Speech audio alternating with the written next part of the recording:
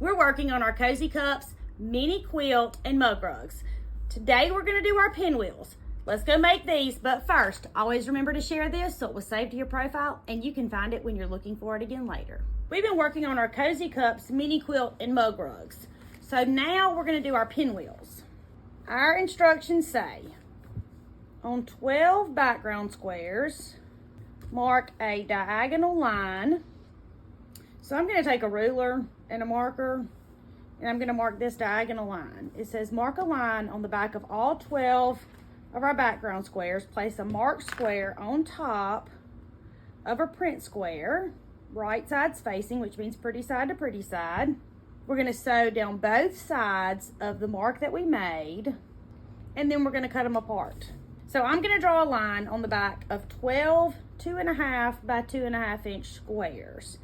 And then I'm going to lay them on top of these 12 squares, and I'm going to sew a 1/4 inch seam on either side of the line that we drew. You're going to sew it with a straight stitch, and you're going to get the 1/4 inch seam by following the edge of your presser foot with the edge of the line that you drew.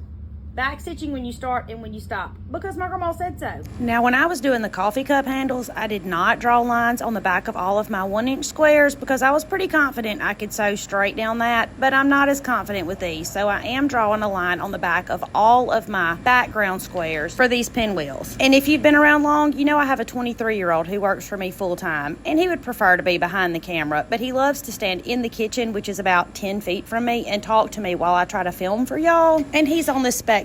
He's high functioning autistic, level 1 they call it now. They used to call it Asperger's. And he is the knower of all useless knowledge. It doesn't matter what you ask him, he just knows. It's bizarre. And I was so proud of myself because I learned something. I said, buddy, I have some knowledge for you. And he said, what's that? And I said, did you know that koi fish travel in groups of 4? So that when a predator comes, koi fish A, B, and C swim away and they leave the D koi.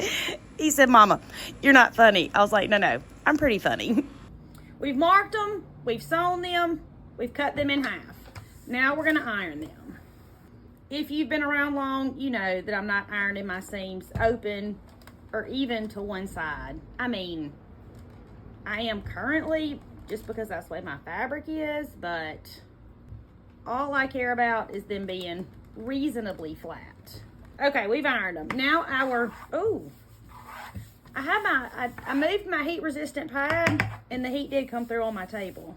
It didn't burn it, but it made it like wet, like moisture. So if you're gonna iron on a table, definitely get you a heat resistant pad. I'm gonna have to go get mine. Now we're gonna take our half square triangles and we're gonna make them pinwheels, just like this. And our pattern says to make 6. All right, there's 6 pinwheels. Do you see these? Now, we're going to sew those together. So I'm going to pick up 2. It doesn't matter if you go this way or that way. I'm going to go this way. And I'm going to lay them together. I'm going to make sure that my seams line up. And I'm going to sew right here. Straight stitch, 1/4 inch seam, back stitching when I start and when I stop. And then I'm going to open it up and lay it back down. And I'm going to sew this one the same way.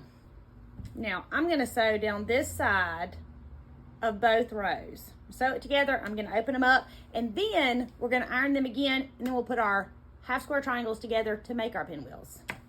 Straight stitch, 1/4 inch seam, back stitching when you start and when you stop. Okay, now we're going to put them back together. Now I have them back the way that they're supposed to be. Check them and make sure they're right before you sew them again. And now I'm just going to fold them pretty side to pretty side. Just place them one on top of the other, lining up this center seam. The pattern says nest, but we're not nesting. And sewing down this side. Straight stitch, 1/4 inch seam, back stitching when you start and when you stop. Now I'm going to do that to all 6 blocks. Arrange the pinwheels into one row of 6. So we're just going to arrange them into one row of 6. Sew together and press. It's easy enough.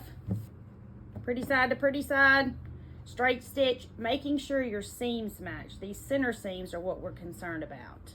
Back stitching when you start and when you stop. So all of these together, and then we're going to press this again. Arrange the pinwheels and sew into one row. We've done that. Using two 2 by 18.5-inch background rectangles, add sashing to the top and the bottom of the pinwheel unit. So now we're going to lay this, straight stitch, 1/4-inch seam, back stitch when you start and when you stop, just like always. Okay, we are done with our pinwheels. Now, these would be precious. Obviously, they're precious here, but these would be really cute in bigger blocks for a larger quilt too.